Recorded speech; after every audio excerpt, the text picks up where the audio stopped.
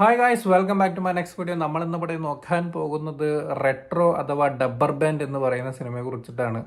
ഡബ്ബർ band എന്ന് വിളിക്കാനുള്ള കാരണം നമ്മുടെ കാർത്തിക് സുബ്രാജിന്റെ കരിയറിൽ ഏറ്റവും മോശമായിട്ട് തോന്നിയിട്ടുള്ള ഒരു സിനിമയായിരുന്നു ജഗമേ തന്തിരം എന്ന് പറയുന്ന സിനിമ. ഒരു വള്ളി പൊട്ടിയൊരു പടമായിട്ടാണ് പേഴ്സണലി എനിക്ക് തോന്നിയത്. കുറേ പൊളിറ്റിക്സ് അവിടെയും ഇവിടെയൊക്കെ വലിച്ചു കയറ്റാൻ നോക്കി ആകെ അവിയൽ പെരുവായൊരു സാധനം. അതേപോലെ അല്ലെങ്കിൽ ആ ഒരു ത്രാസിൽ തൂക്കി ഒരേ തട്ടിൽ നിർത്താവുന്ന ഒരു സാധനം, അല്ലെങ്കിൽ അതിനേക്കാൾ ശോകം എന്ന് വിളിക്കാവുന്ന ഒരു ഡബ്ബർ ബാൻഡ് പരിപാടിയാണ് റെട്രോ. പേഴ്സണലി എനിക്ക് തോന്നിയത്. ചിലവർക്കല്ലായിരിക്കാം, ചിലവർക്ക് അങ്ങനെ തന്നെ ആയിരിക്കാം. എന്തായാലും എൻ്റെ പേഴ്സണൽ അഭിപ്രായമാണ് പറയണത്. സൂര്യ എന്ന് പറയുന്ന നടനെ കംബാക്ക് എന്ന് അങ്ങനെ ആലോചിച്ച് തിയേറ്ററിക്കൽ കംബാക്കാണ് ഞാൻ ഉദ്ദേശിച്ചത്. തിയേറ്റർ ഇങ്ങനെ പൂരപ്പറമ്പായി ഇങ്ങനെ നിൽക്കുന്ന ഒരു കാഴ്ച കാണാൻ വളരെ കൊതിച്ചിരിക്കുന്ന ഒരു മൊമെന്റിൽ വീണ്ടും വിളിച്ചു വരുത്തി ഫീൽഡ് ഔട്ടാക്കി വിടുന്ന ഒരു പരിപാടി ഉണ്ടല്ലോ, ഒരു രക്ഷയില്ല. 2.25 മണിക്കൂർ. ഇതിൽ ഇവർ എന്താണ് ഇവർ പറയാൻ ഉദ്ദേശിച്ചത്? കുറേ പൊളിറ്റിക്സ് ആണോ ഇവർ പറയാൻ ഉദ്ദേശിച്ചത്, അതോ കുറേ മാസ് എലമെന്റ്സിന്റെ പരിപാടികളാണോ അവർ ഉദ്ദേശിച്ചത്, അതോ ഒരു റൊമാൻറ്റിക് പടമാണോ അവർ ഉദ്ദേശിച്ചത്? ഇവർക്ക് ഒരു വള്ളി പൊട്ടിയ അവസ്ഥയായിരുന്നു സെക്കൻഡ് ഹാഫിൽ എത്തുന്ന സമയത്ത്. ക്ലീൻ ആയിട്ട് വള്ളി പൊട്ടിയ അവസ്ഥ, അങ്ങനെ തന്നെ വേണം പറയാനായിട്ട്. വെറുതെ 3 മണിക്കൂർ 2 മണിക്കൂർ 50 മിനിറ്റും കണ്ടുണ്ട് ഈ ഒരു പടം. ഇങ്ങനെ വലിച്ചങ്ങ് നീട്ടുകയാണ്, ടാർപ്പാള അല്ലെങ്കിൽ റബ്ബർ ബാൻഡൊക്കെ വലിച്ചു നീട്ടുന്ന പോലെ. ആവശ്യത്തിനായിരുന്നുണ്ടെങ്കിൽ കുഴപ്പമില്ലായിരുന്നു. ഫസ്റ്റ് ഹാഫ് എങ്ങനെയൊക്കെയോ ഞാൻ അഡ്ജസ്റ്റ് ചെയ്തു. സെക്കൻഡ് ഹാഫിലേക്കൊന്ന് കയ്യിന്ന് പോയി എന്ന് പറഞ്ഞാൽ കയ്യിന്ന് പോയി. ഇത്രയ്ക്കൊക്കെ പറഞ്ഞിട്ട് ഞാൻ ഇതിന്റെ ഓരോ വിഭാഗങ്ങളെടുത്ത് പറയേണ്ട ആവശ്യമൊന്നുമില്ല. സംഭവങ്ങളുണ്ട് കേട്ടോ ഒരുപാട്. കാർത്തിക് സുബ്രാജിന്റെ ഹൈലൈറ്റ് ഷോട്ടുകളും കാര്യങ്ങളും എല്ലാ സാധനങ്ങളും ഉണ്ട്.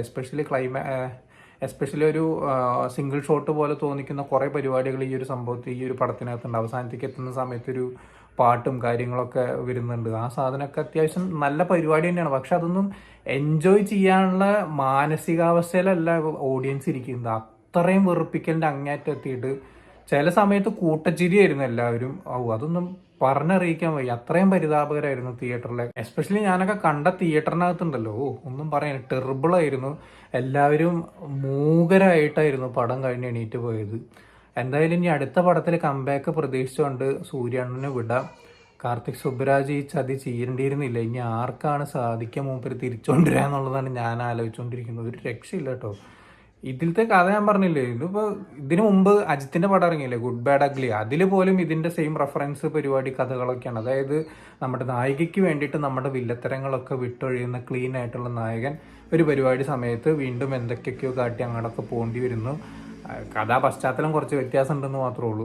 അല്ലാതെ ഇത് കുറച്ച് പഴയ കാലത്ത് കൊണ്ടേ പ്ലേസ് ചെയ്തിട്ടുണ്ടെന്ന് മാത്രം, അത്രേ വ്യത്യാസമുള്ളൂ. ഇതിൽ കുറച്ചും കൂടി പൊളിറ്റിക്സും കാര്യങ്ങളൊക്കെ പറയുന്നുണ്ട്. എത്രയോ കാലം മുന്നേ എത്രയോ പടങ്ങൾ പറഞ്ഞു പോയിട്ടുള്ള കുറേ സാധനങ്ങളാണ് വീണ്ടും വീണ്ടും വീണ്ടും ഇട്ട് പറഞ്ഞുകൊണ്ടിരിക്കുന്നത്. സൂര്യ എന്ന് പറയുന്ന ആ മനുഷ്യണ്ടല്ലോ, എഫേർട്ട് ഇടുന്നതൊക്കെ വെറുതെ പോകുന്നല്ലോ എന്ന് ആലോചിച്ചിട്ടാണ് സങ്കടം. ഇനിയിപ്പോൾ വാടിവാസലിലാണ് എനിക്ക് ആകെ ഒരു പ്രതീക്ഷ. കാരണം സൂര്യ എന്ന് പറയുന്ന ആക്ടറെ മാക്സിമം യൂസ് ചെയ്യാൻ പറ്റുന്ന ഒരു സംവിധായകനാണ് വെട്രിമാരൻ. അങ്ങനെ ആ സാധനം ഒന്ന് പടച്ചു വിട്ടാൽ മതിയായിരുന്നു. അത് കാണാൻ വേണ്ടിയിട്ടാണ് കട്ടയ്ക്ക് വെയിറ്റ് ചെയ്യുന്നത്. അതിലുണ്ടാവും ക്ലീൻ ആയിട്ടുള്ള പൊളിറ്റിക്സും കാര്യങ്ങളൊക്കെ ഉണ്ടാവും. പക്ഷെ അത് കാണാനൊരു രസം ഉണ്ടാവും. കാർത്തിക് സുബ്രാജൻ എന്ത് പറ്റിയെന്നാണ് എനിക്ക് മനസ്സിലാക്കുന്നത്. ഈ സാധനം തന്നെ പറഞ്ഞാൽ കുഴപ്പമൊന്നുമില്ല. പക്ഷെ 2 മണിക്കൂറോ 2.25 മണിക്കൂറിന് താഴെയൊക്കെ ആയിരുന്നു ഇതിൻ്റെ റണ്ണിങ് ടൈം എന്നുണ്ടെങ്കിൽ പിന്നെയും ഈ പടം ഓടുമായിരുന്നു.